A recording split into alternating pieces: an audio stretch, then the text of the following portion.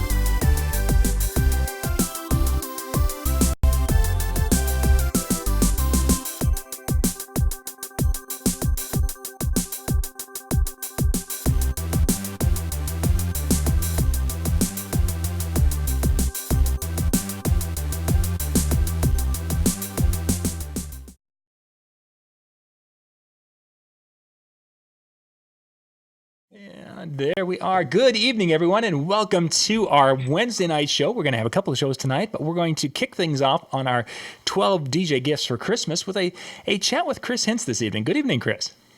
Hey, how are you, John? I am doing well. Thank you for joining me tonight. I've been once we talked about this. This is actually something I've been thinking in the back of my head. I want to get Chris on.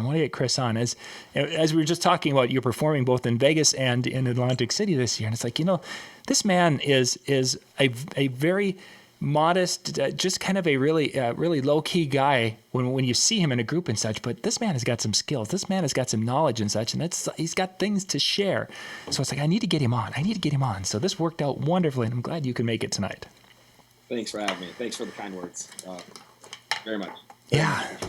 So what we're going to be talking about is Chris has been in the industry a long time, and he has grown and he has changed and evolved and such.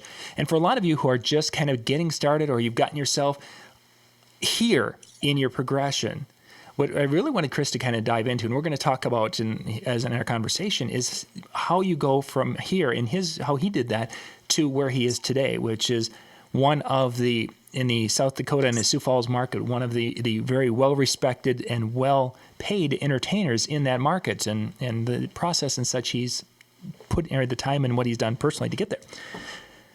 Before we get to that, though, Chris, hang on, one more thing. And tonight we have our drawing we'll be doing towards the end of our show tonight. We're going to be, you can go out to discjockeynews.com/holidays. That's where you sign up for our drawing. Later tonight we're going to be giving away, I believe we have 3 months download service with RPM, Top Hits USA, will be what we're giving away in our first show tonight. So we'll do that a little bit later in the evening. Housekeeping. Good. Sorry. Just have to everybody happy. Yeah, I got to make sure. So, and yes, you guys, we've got a lot of great sponsors. If you go out to that holidays page, I believe we have some of our sponsors that are listed, and we have sponsors that do our DJNTV shows.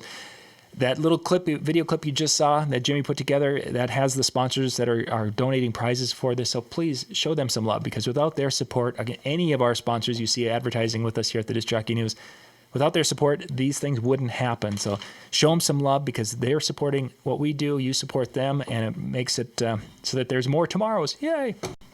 Okay, so Chris, let's kind of dive in. For those who don't know you, kind of give us a little introduction and such of who you are and what you guys do out there.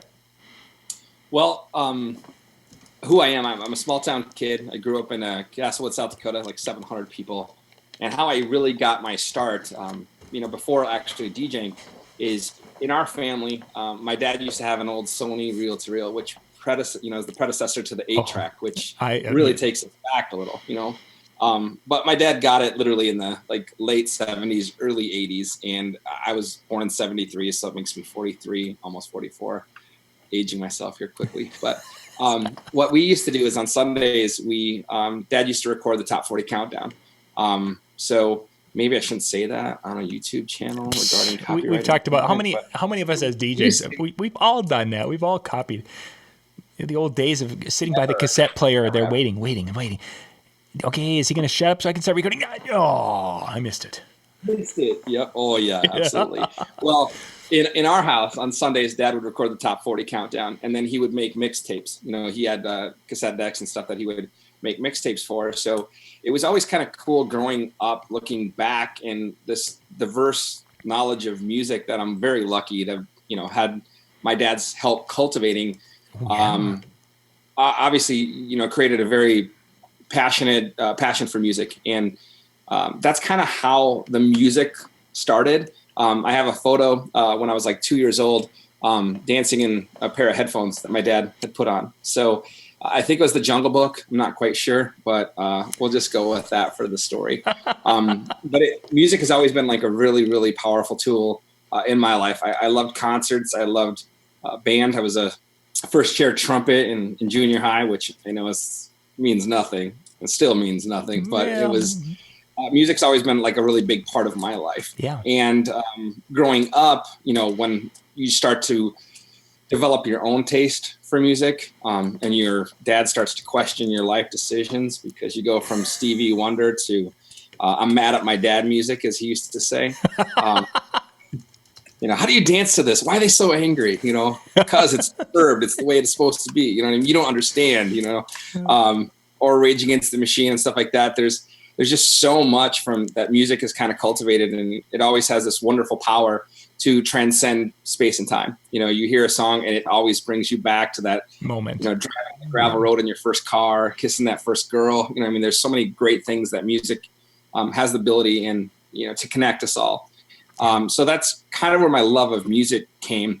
And then it was like a year after high school, I got a phone call from our high school principal. The DJ had canceled, and we ended up like DJing an event for him. They said they had a budget of $400. And when you're, a 19-year-old kid, you're like, gee, that's insane, and $400, man, that's more than my mom made in a month, just stuff like that. Oh, and then yeah. By the time you piece together, an amateur, to say the very least, and to be very kind, an amateur little sound system, 2 Sony receivers, 4 speakers, 2 Infinities, 2 Radio Shack, because it's all you had. 2 CD players, and you used Y cables on the RCAs to connect them both, and had a remote to go CD1, CD2. And those CD players were cool because they had the fade in and fade out buttons. You know what I mean? So you can fade one out. Wow, those are pretty high end. I didn't. Yeah. Yeah. So I think we spent like $350 on rentals out of the $400, which sound an awful like a lot of DJs still. But we just had so much fun playing music that was relevant and hip, and being 19 and playing to 17, 18-year-olds. I mean, obviously you're keyed into what they listen to because you listen to the same things. Yeah. And, but after that, I mean, we really didn't do anything else. I always had a really great car stereo that cost probably more than my, Sundance back in the day.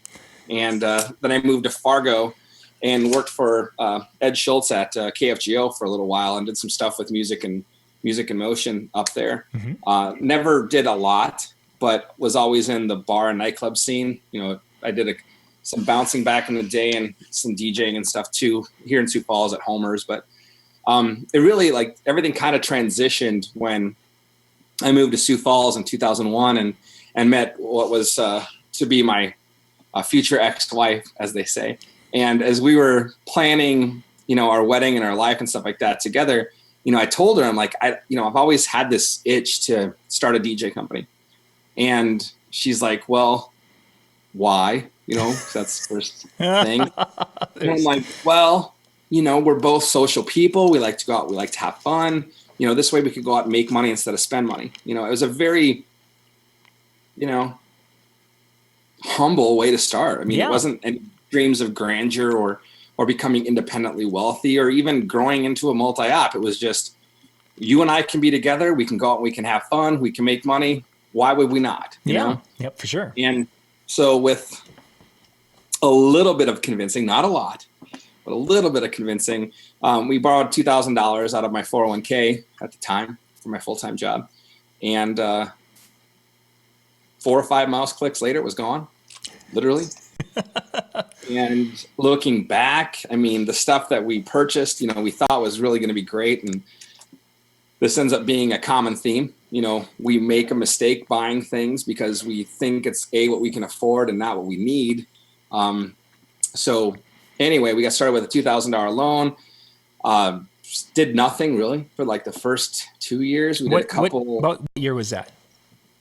2002 is when we got married. So like realistically, my, you know, future, well, he's still one of my good friends, but he's my former, brother-in-law. I actually kept him in the divorce. So very happy for that. you got the brother. Yeah, no, very good thing, by the way. Frank's an amazing guy, but he actually DJ'd our wedding and learned a lot about just having fun. And honestly, when we were going through the process, it wasn't, you know, it's kind of weird how it got started, but you know, we basically DJ'd our own wedding. You know what I mean? He did it for us, but the first 2 years though, we just did a couple birthday parties here and there because, you know, when you're not known, you're not known. Yeah. And we had a lot of connections in the bar and nightclub industry. I used to work as a salesman for Farmer Brothers Coffee. So any coffee drinkers out there, I started in Fargo and actually Gray Eagle, Long Prairie, Alexandria, Lake Carlos. I mean, used to have that area as part of my route. And then I moved down here and took that over. So the connections that we cultivated from my full-time job or my former one allowed me a lot of ins to things that I never would have gotten otherwise. You know, so from a marketing standpoint, when we first started, there was no Facebook. I think MySpace was like in its infancy, you know, and maybe did a little bit there, but it really didn't help us at all. It was just really knocking on doors and seeing what worked and what didn't work and failing in some circumstances, you know. Didn't have a lot of formal training. I mean, some of the multi-ops and stuff, like the first one that I actually worked for, there really wasn't a training program. It was, here's a binder, here's 26 ripped CDs, you know, don't make a mistake. Yeah. You know, that's what the training was. So we just went out basically and kind of learned as we went. And then about a year later, we just kept getting more calls and more calls for karaoke. And I'm like, oh, God, I don't want to get into karaoke, but there's money there. You know what I mean? Yeah. And there were a lot of inquiries. It wasn't like it was, you know, once a month. It was like several times a week we'd get a phone call and say, hey, do you guys do karaoke? And we, of course, said no. So we did a lot of research. We probably went to like 30 different karaoke shows over the next like 3 or 4 months. We went to Vegas once, Minneapolis a couple of times, just seeing what people were doing, what was working and what wasn't working, and kind of tried to develop our own style. And we didn't really at all get into weddings for probably like 3 years. Oh, wow. I think 2005, 2006 is when we did our like first official wedding. And it was really great, actually. But I knew the couple really well. So that helped substantially. And just getting to know them and telling their story, you know, was super fun. But as we grew, it was like year 3, we added my brother-in-law. And he came to work for us. And then we started expanding. We went to 2 systems in year 3. And then year 4 in 2006, we doubled. We went up to 4. And we were like, man, this is so hard to manage. It's going to be so insane, you know. But it was always fun, you know, and bringing on new people and seeing them, you know, develop self-confidence and to see them go out and performing for shows and getting tipped really, really well, like very well for some of their events. I mean, more than what we were even paying some of them at the time, you know. As you're starting out, it's difficult because you're still trying to figure out where you're supposed to be priced at, you know, what you're supposed to be offering. And then getting into that trap where we think that every client wants what we like because we're DJs and the gear is so important, you know. So you end up, you know, I don't want to say disrespecting other people, but when we look at some of those setups that we had 10 years ago and how horribly obtrusive they were, and these banners and just 10-foot truss with like 13 vertigos, you know, 16 20 amp circuits being used, you know, it wasn't for us or for them at all. It was for us, and learning that the most important thing that we could invest in was ourselves, whether it be the training or these conventions that we went to. And the first one we talked a little bit before, we went live, obviously, but the first convention I ever went to was the one you did at the Embassy Suites in Minneapolis. And that was the first time I met Bill Herman, first time I met Mitch Taylor. There's a few other people that I would recognize by face, but not by name. Yep. But it was really like my first foray into, there's a world outside what we know. Right. So that's kind of where it started. And then we scaled quite a bit. So from 2006 to 2012, we went from 4 systems to 12. And we were doing most of the bars and nightclubs in Sioux Falls.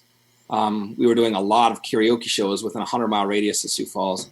We were doing about 1,500 events a week in 2010, 2011, somewhere in there. How many events a week? I'm sorry. 30. We were averaging over 30. There we go. Okay. So we had events every single night of the week, Monday through Sunday. And the weekends obviously were stacked up, but there were some Wednesdays where we're doing 4 events. Yeah. So wow. Yeah, it's kind of crazy. And it was one thing too, like you never really felt the shift in the economy in the bar and nightclub side, in the wedding side and the private event side a little bit. Mm-hmm. But if people were having a harder time, going on a real vacation sometimes can be just going to the local tavern and having a couple of cocktails with people in the same circles. You know what I mean? Yeah. So that didn't really hurt us per se. And then as things progressed, we hit up Mobile Beat for the first time in 2012, where I saw Mark Farrell, who's become an exceptional mentor for me personally and for a lot of the people in my organization. We met with Bill Herman, went through some of his training. Mitch Taylor, obviously, his sales and solutions. We've, done some of that as well. But the connections and stuff that we've made really kind of opened our eyes to, it's not what we think is important. It's what our clients think are important, and just kind of pulling down that veil where you meet people that are genuine and honest. And I know a lot of DJs, we like to talk a lot, and there's a certain level of, arrogance and pompousness that can happen in our industry, but that's not unique to us, by the way. That happens in a lot of industries, but ours are just more vocal, and they're good at practicing being vocal. They're good at it. Yeah, but it's really been kind of cool because in 2012, we started focusing more on the wedding market and started raising our prices, starting seeing what other people were doing and realizing that it was possible to make a living as a DJ. It wasn't something that should be looked down upon in the industry. Oh, you're a DJ? Oh, wow. What do you do for a real job? Yeah. Like, I think if we had $1 for every time that we've heard that collectively over the years, we would be able to finance, a college that DJs could attend, for free without Bernie Sanders or Trump's help, Right. But suddenly it became cool to be, a DJ, and it suddenly became cool to be able to make a living doing this, and realizing that as entertainment professionals, we are, gladly helping other people celebrate these milestone events, but we're also giving up time with the loved ones that we hold dear too. And I went through my divorce in 2007. And it took a lot, to get past that, because we're trying to build a business and everything became more and more important.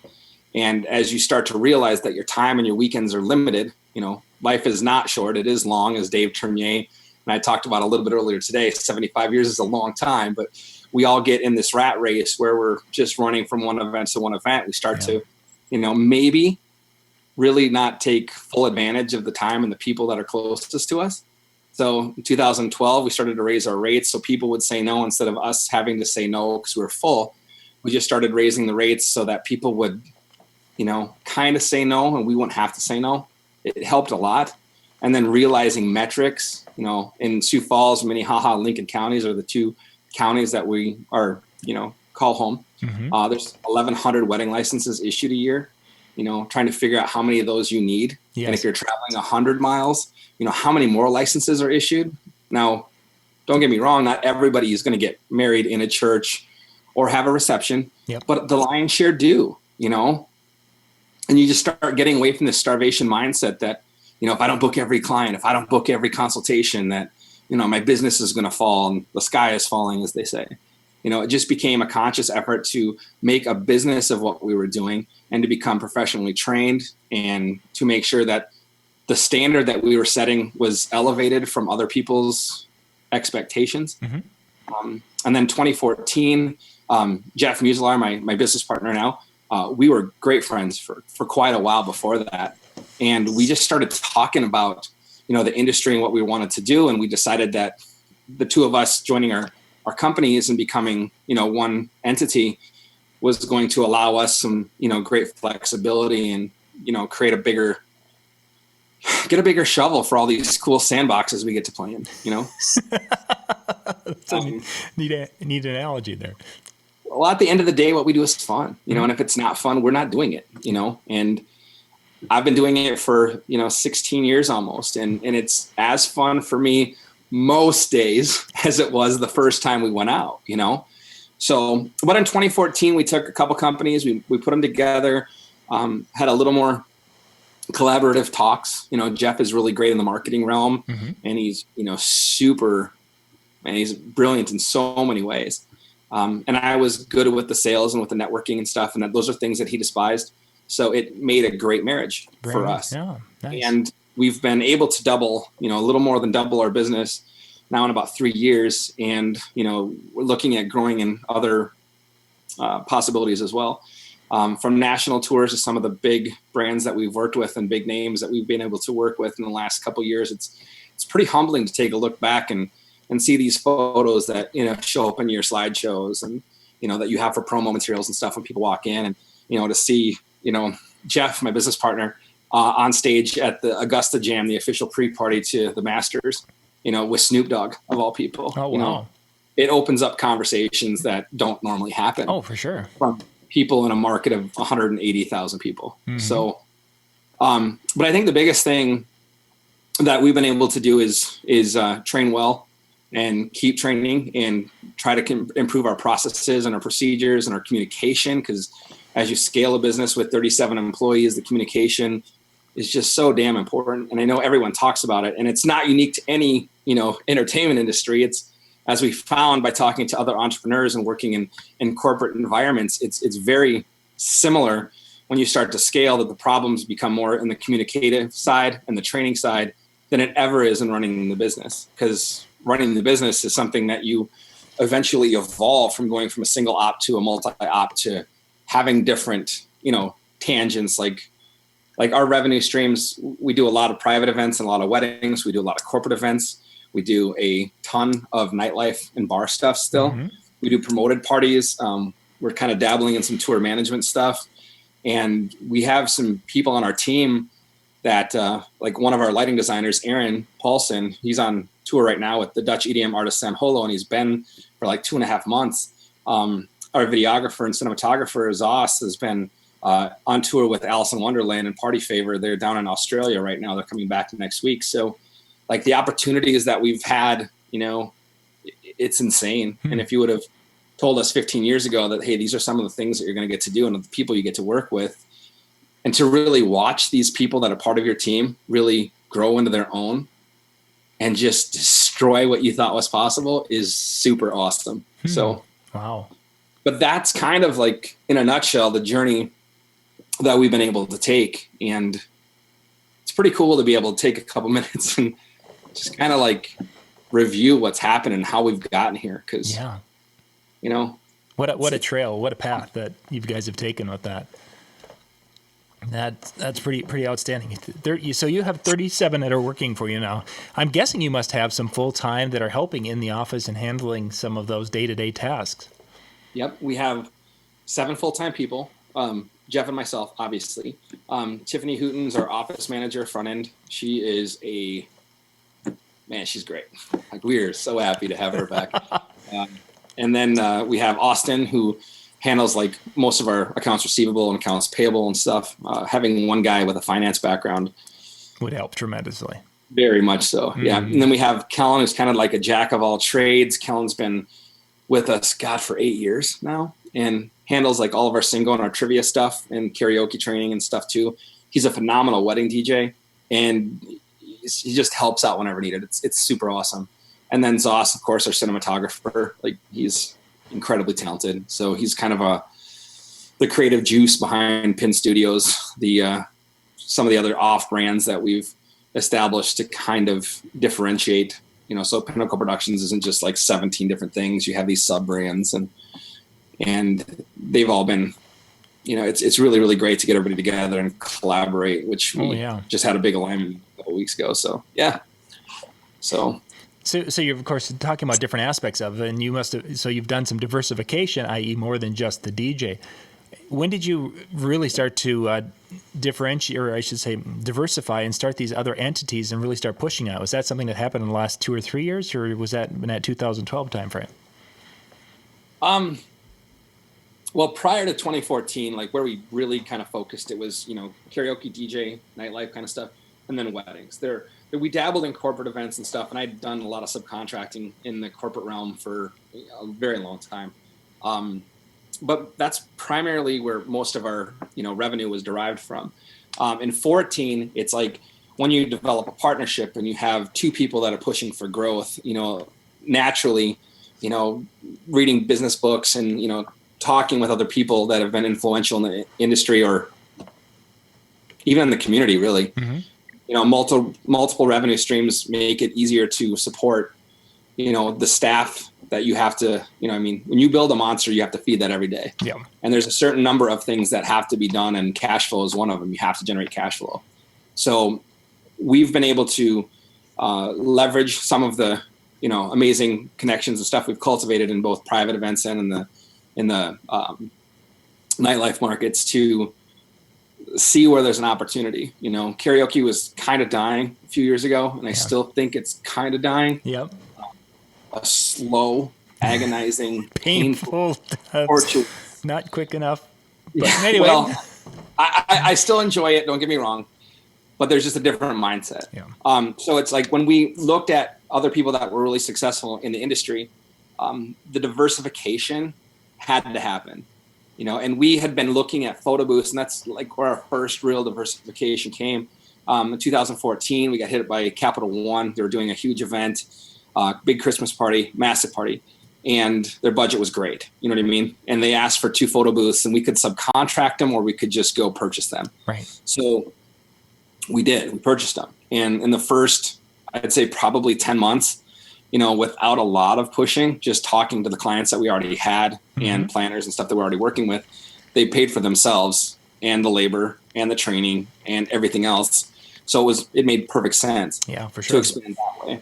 And then Jeff had done a lot of promoted parties and stuff. We had promoted events at the Vault in Sioux Falls when that was a nightclub and was still around, but also done promoted parties for like Light the Night was a teen event series that we helped produce. We actually co-produced before we were partners, which kind of led to the path that we're on now. But we had some of these other things that were, passive income. We could create the events, hire everything out, create some different revenue streams. And then we picked up Zoss. We started doing some of our EDM recaps from our promoted parties and our brand pin shows, where we would actually buy talent, procure the event locations, do all the ticketing, create a ticketing platform. So we weren't paying for Eventbrite. We actually did that on our own. And instead of paying a third party, we were able to keep that stuff in-house to help offset some of the costs of producing these events. Some made great money, some lost money. I mean, that's just kind of the gamble you get into that stuff. But the doors that those promoted parties have opened for us from, a buzz and word of mouth, when you got about, 2,000 18-year-old kids coming to these parties and having a great time, that name recognition is very early on gets set, Yeah. So these kids go to college and become, influential on entertainment boards, or they go into the workplace or they get married. So, who do they trust? A brand they've had a great time with, you know? So there's been some benefits there, but the Pin Shows brand, and then, like I said, with Zoss, he was doing all of our EDM recap videos, and it was just a natural for us to bring him on. Video is such an important selling part, for our industry in particular, because we don't sell tangible products, a baker does. You can tell that cake lady is amazing because her, delectable desserts are, amazing. And she's extremely talented in the culinary arts. Mm-hmm. Florals are the same thing. You can see, the arrangements and how well they're done. But with DJs, I mean, we talked about this before, we all do the same thing. So Very video much. becomes such an important element to prove that, no, we don't do the same things. And then trivia came up in the last year from bars and stuff in our area asking us to help them produce a trivia concept, because Sure. we're good at hosting. We're good on the microphones. We understand the technology, and it's just some additional way that we can bring slower revenue nights for these nightclubs and bars, and just kind of spruce it up a little bit. So that came there. And then Singo, Terry Moran, my buddy out in Boston, Titletown, he actually turned us on to Singo about this concept, and that's worked out really, really well too. So there's all of these different things that we've tried and are trying to grow. And, some have grown quicker than others, but I mean, it's really cool at the end of the day to be able to say you got 7 brands that you manage, you got 37 team members, you're doing events all over the Midwest. You've been on the East Coast, the West Coast. I mean, it's awesome. Yeah. So. That is fabulous. Congratulations. You guys, I wasn't aware of all the different aspects and all the what a company to the level. And again, as I started out talking about Chris is a very warm and friendly person and a very humble person. He doesn't come in and there are some DJs who do this, that they come in and they basically are going to their attitude is that they are the king on Turd Mountain, and you're going to bow down to my excellence. And Chris is that everyday next door neighbor guy who's a good friend. And oh, by the way, he happens to run a hell of a big DJ company. So let's talk about your kind of getting away from the business side a little bit. Let's talk about your performance. This is an area that I always find interesting. We mentioned earlier the gear that you were using when you first started. And back then it was, if we could just keep music flowing and not have a lot of dead air, we were really happy. Going from that at the beginning of when you started to when I've seen you perform at DJ conventions, and you've added the full getting up there and doing the mixing at a very high level. How did that progression happen for you, and when did you have some big steps and changes in your performances? Well, the training has always been a big thing, and being better on the microphone and being a better steward and being a better advocate for our clients. I mean, that's something that I've always taken a lot of pride in. But from the actual music mixing part, it's kind of funny how it started. In 2011, I ruptured a disc in my back. And yeah, it's awesome. Yeah, I was like one of the youngest people they ever did an L5S1 fusion on here in Sioux Falls. Wow. Yeah, it's pretty great. Not great, by the way. Yeah. But, this is sarcasm, by the way, for those. Well, sarcasm, very thick for those of you who may not be fluent as I am in it. But I was in Montevideo, Minnesota, and I was doing a wedding reception, and I was trying to lift these two, these PV dual 15-inch basket, on top of dual 18-inch subs. You know what I mean? By myself. I think I know the. So, I remember. Boom. But anyway, so I knew I was going to have surgery, and I had been watching, a lot of DJs. I shouldn't say a lot. There's probably like 2 people, maybe 3, that were really, really great mixers. Mm-hmm. And the blending and the cutting and the scratching and stuff like that. I never really cared to do that per se, but I really wanted to make the mixing part of it better. You know what I mean? Mm-hmm. Especially with what we were doing in the bars and nightclubs and stuff. And Jeff was one of the first people that I saw do that locally. And Corey, another great guy, Corey Gerlach here in Sioux Falls, DJ Absolute with Soul Crate.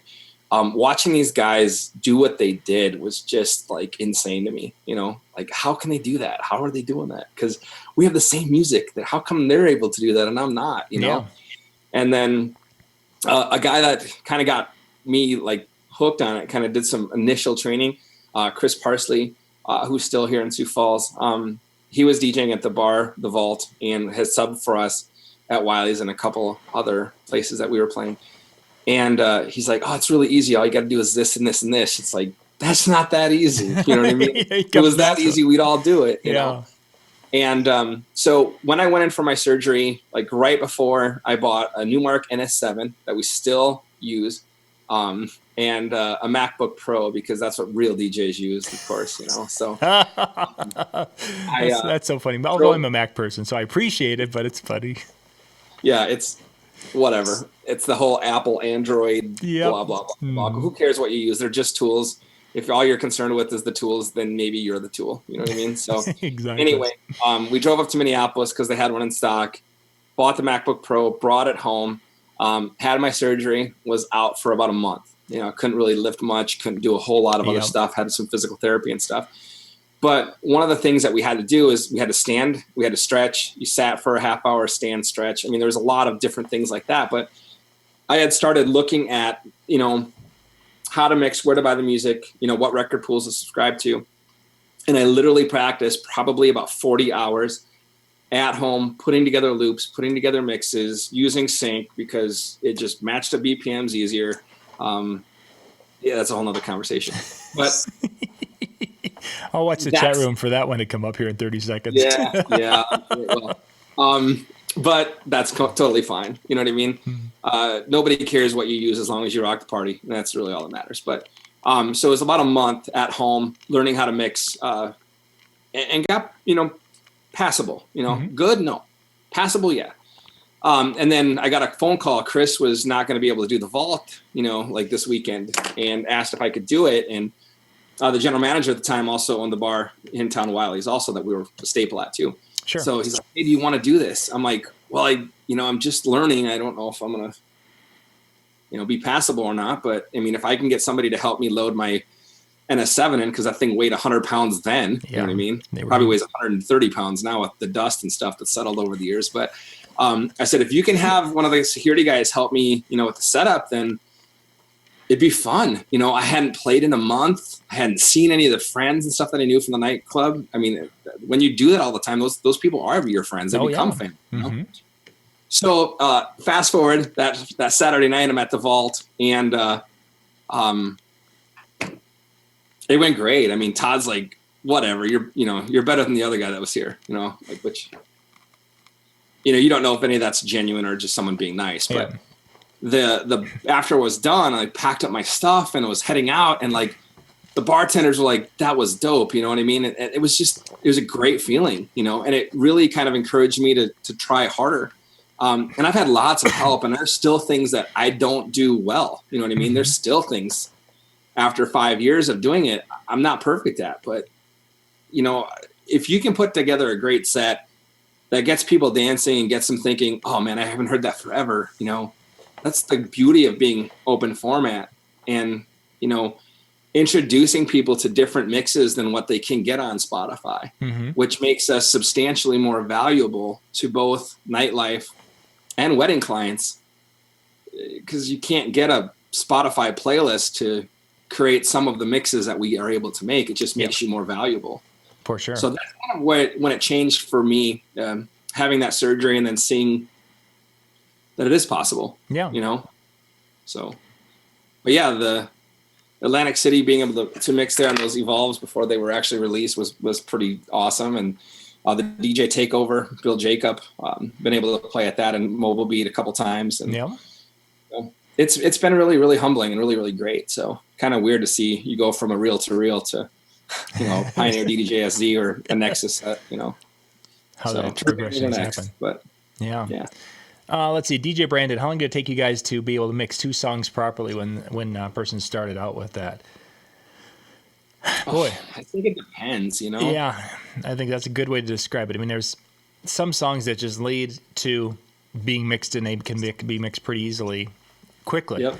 And then there's songs I look at that it's like, oh, you can't mix these. And then MJ takes the two songs and mixes them together. It's like, how did you do that? So yeah, I'd say it probably took like a day of actually mixing to be able to like put two songs together.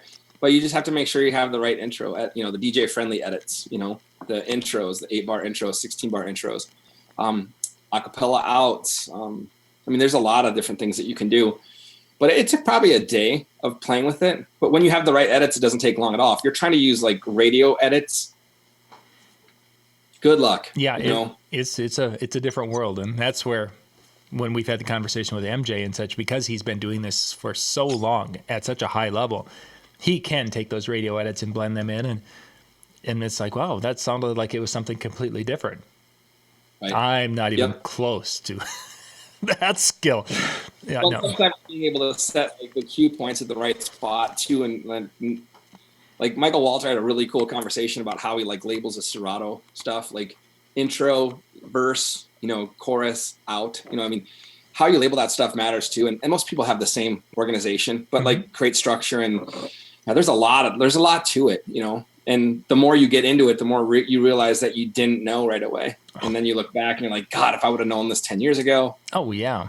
Who knows, So. Yeah, I've thought that numerous times. Like, why was this not when we were doing the bar on a regular basis? Why didn't we have these types of tools? Right. Yeah. Yep. That's the growth. Just looking at their sharing. So there was one I thought that was interesting.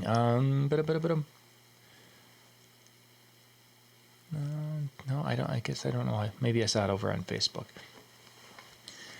So what's next as you look into kind of the crystal ball? We've talked about, of course, the importance of diversifying the business and such, but what are you guys looking into for like a 2018 and beyond? Is there something that's out on the horizon that's like, hey, this is something that we think is going to be big that you could share with us? Wow, that's a good question. I think if you had asked somebody 2 years ago what the next big thing was, they probably would have said video walls. You know what I mean? The video walls, the LED panels and stuff would be the next big thing. But then again, we, didn't see the sparklers, which those are fairly new and have made their way into the entertainment realm to the dismay of many fire inspectors nationwide. Yeah, that could go along different ways. For sure. No, that's a current ongoing thing right now. I think there's two trends. Trend one is minimalist, keeping a really low profile, blending in, not having excess stuff. And then the other one is just excess stuff, whether it's massive line arrays, 10 Rs, rigged lighting, LED panels, projector mapping. I mean, there's a lot of different things. But I really don't, I think 2 years from now, things are going to change enough to where we're not going to be able to really predict that, Yeah, So the technology. I don't know. But everything, as an older DJ, in the industry, everything is getting lighter, getting more powerful. Class D amplification has helped so much. You don't have to have 16 racks of gear now to power a decent sized PA. Yeah.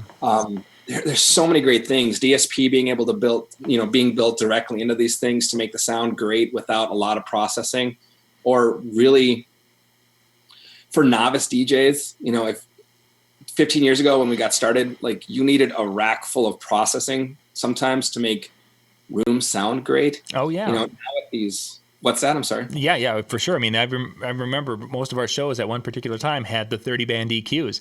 Yeah. And you had to know, where, we're getting feedback. Well, what frequencies? And I remember teaching DJs how to try to find those frequencies and to be able to pull them out. And I think the first time I saw a Behringer 31 band parametric EQ that had feedback detection, I think that was like, oh my God, it tells you which, you know what I mean? Oh my God, it's insane. You know what I mean? I need this.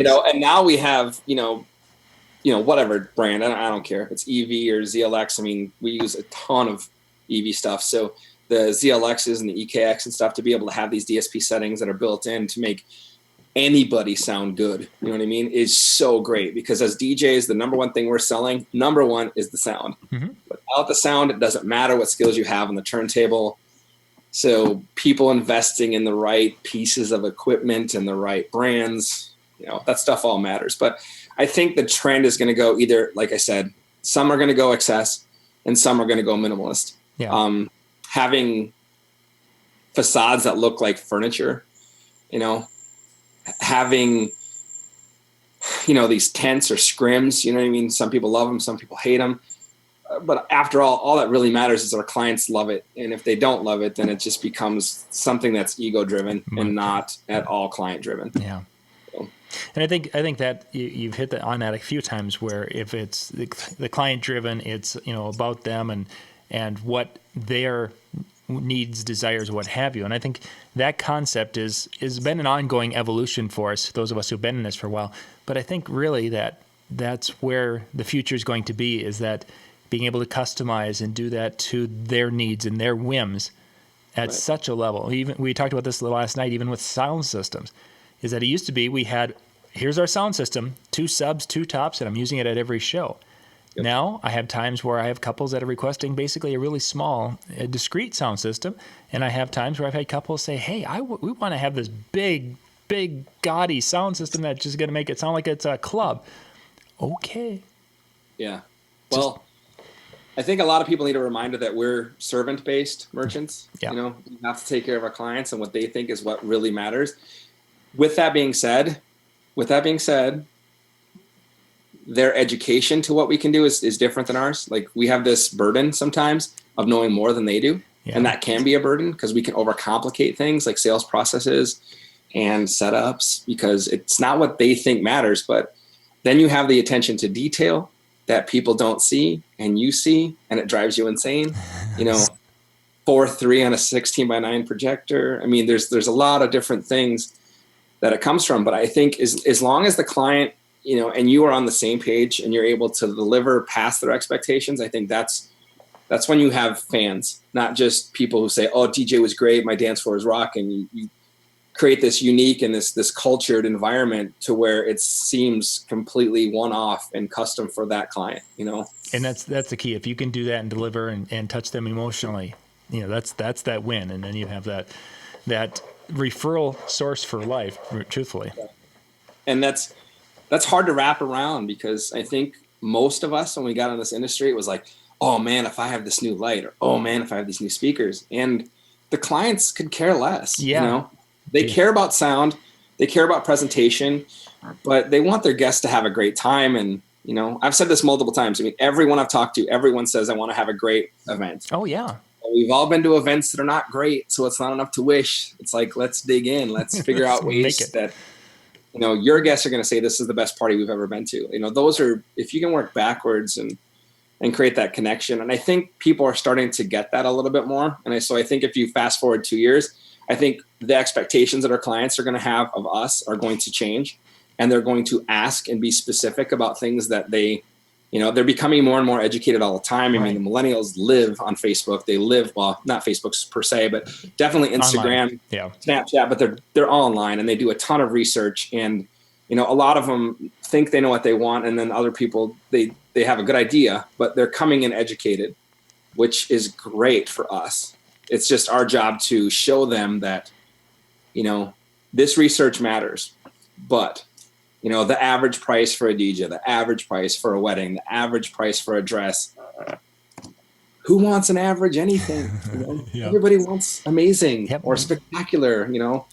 If you ask your guest, how do you want people to say about your wedding? Oh, it was average. It was average, Lost. You know what I mean? You just lost. Yeah, we've had that conversation.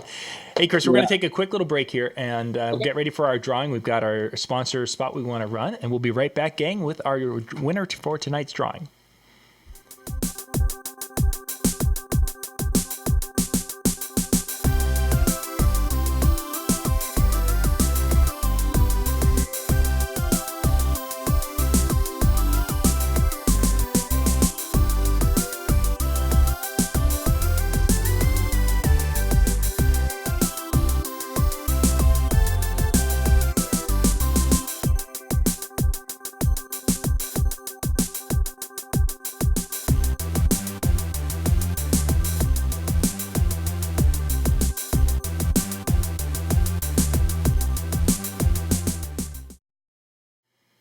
All right, we are back. Thank you guys for being with us tonight. If you are on Facebook or YouTube, if you haven't had a chance to register for our drawing, we've got this week and then next week's shows yet where we're going to be giving away prizes each night at each show.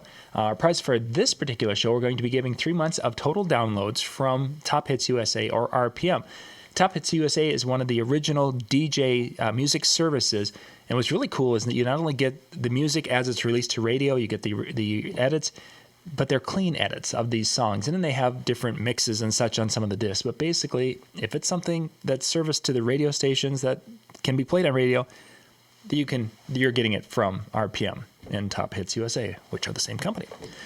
So First service I ever used, by the way. it was. Yep. I've been getting their stuff for 4 years. And it's one of those things when you start with them and you have that collection, it's always cool because you can go back to their website and you can type in a search for a song and it's like, oh yeah, I just got to go to that closet back there to find it. Oh man. Oh. Amen to that. Oh man, there's a lot of stuff. Okay, so our winner of the 3 months of downloads from Top Hits is Dennis Duchow, Duchow, from New Holstein, Wisconsin. Congratulations, Dennis. I will be emailing to make sure you get the information, get you connected with the folks there at Top Hits USA, and they will get you set up. Brandon, the speakers are next Wednesday night. We're going to be doing the speakers from Electro Voice. We've got 2 of the new ELX 200, the 15Ps, which are basically, for many DJs, would be the only speakers that you guys would need if you're doing smaller events, that 150 person event, or that, these would work wonderfully for that. And we're going to be giving them away next Wednesday. So we're pretty excited about that. And we've got all sorts of cool things we'll be doing between now and then. So goodness gracious, we got to get rolling because we've got Dave and Jer coming up next. Chris, thank you for the walk down memory lane tonight and sharing your story. That was just some great information. I really appreciate the whole learning more about you. That was kind of cool. Well, thanks for having me. I really do appreciate it. So yeah, and Dennis is a lucky cat, man. He gets Rogers back and he wins some great teams. Good for him. Yeah, just as long as they don't play really well, this one game here between now and the end of the season will be good. Oh, yeah. I'll be in Jamaica, hopefully watching the Vikings destroy. Okay, so if I'm in Jamaica, there's no way I'm watching the Vikings game. I'm just saying. Well, it's the Packers. I mean, it's kind of like you have to. Yeah, I suppose. All right, we'll catch you guys in about 10 minutes with Jeremy and Dave Tournier. Thanks again, Chris. Thanks, John.